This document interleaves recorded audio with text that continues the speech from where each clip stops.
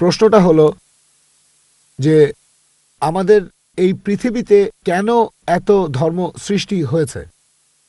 আসসালামু আলাইকুম ফ্রেন্ড, আশা করি সবাই ভালো আছেন।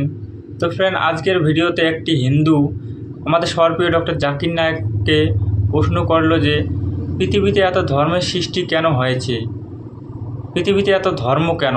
তো এর উত্তরে কি বললো আমাদের সবার প্রিয় ডক্টর জাকির নায়েক, চলো দেখে আসি।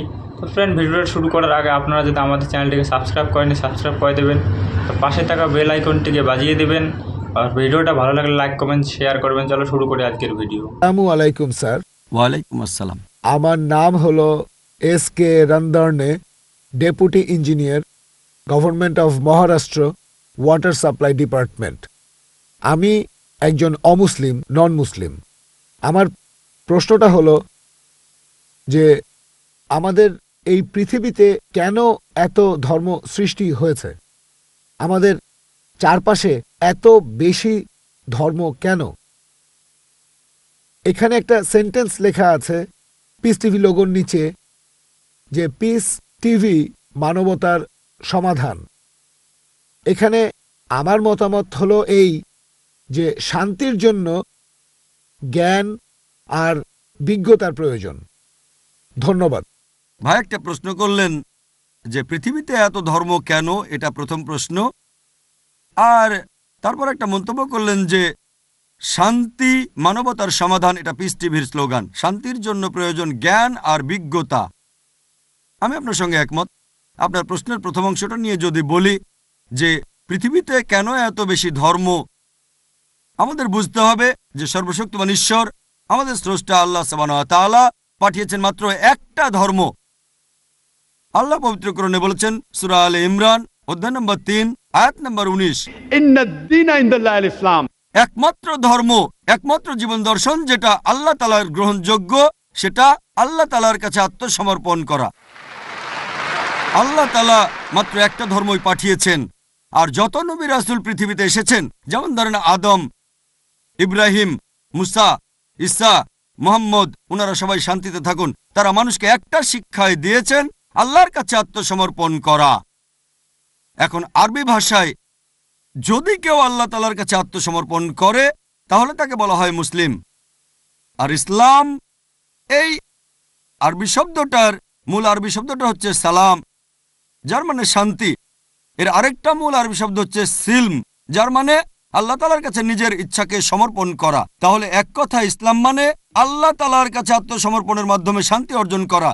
তাহলে আমাদের স্রষ্টা আল্লাহ তাআলা পাঠিয়েছেন মাত্র একটাই ধর্ম। তবে সময় বদলানোর সাথে সাথে ধর্মগ্রন্থগুলোও বদলে গেছে, বিকৃত হয়ে গেছে, নতুন জিনিস ঢুকেছে।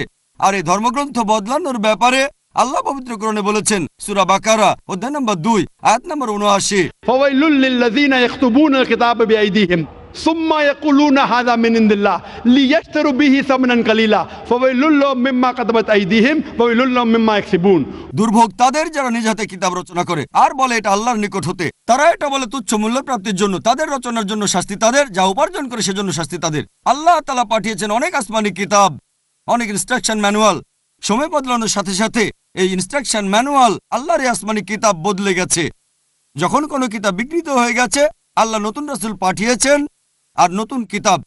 এইভাবে অনেক দিন চলেছে। তারপর আল্লাহ পাঠালেন সর্বশেষ ও চূড়ান্ত নবী মুহাম্মদ সাল্লাল্লাহু আলাইহি সাল্লামকে, আর সর্বশেষ ও চূড়ান্ত আসমানি কিতাব কোরআন নাজিল করলেন।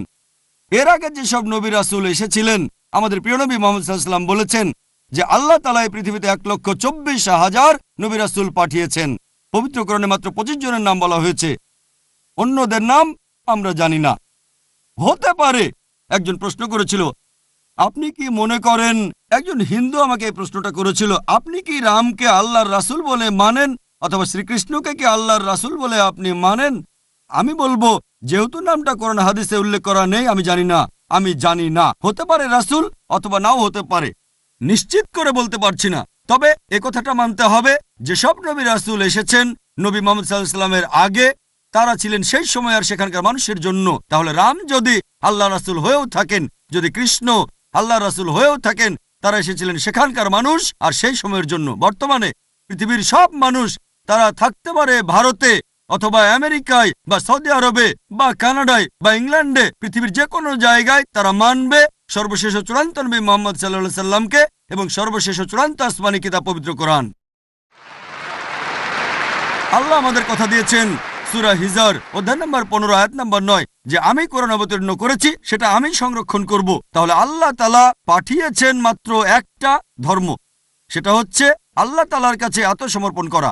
ইসলাম মানে আল্লাহর কাছে আত্মসমর্পণ করার মাধ্যমে শান্তি অর্জন করা। আর আপনি বললেন জ্ঞান এবং বিজ্ঞতা দিয়ে শান্তি অর্জন করা যায়। হ্যাঁ, কার কাছ থেকে জ্ঞান? সবচেয়ে সেরা কে? আল্লাহ তাআলা আমাদের স্রষ্টা। কে সবচেয়ে জ্ঞানী? আল হাকিম, তিনি আল্লাহ সুবহানাহু ওয়া তাআলা মহান স্রষ্টা। তাহলে শান্তি অর্জনের সেরা উপায় হচ্ছে সেই জ্ঞান এবং নির্দেশনা মেনে চলা যেটা আমাদের স্রষ্টা আল্লাহ সুবহানাহু ওয়া তাআলা পাঠিয়েছেন। আশা করি উত্তরটা পেয়েছেন। ধন্যবাদ।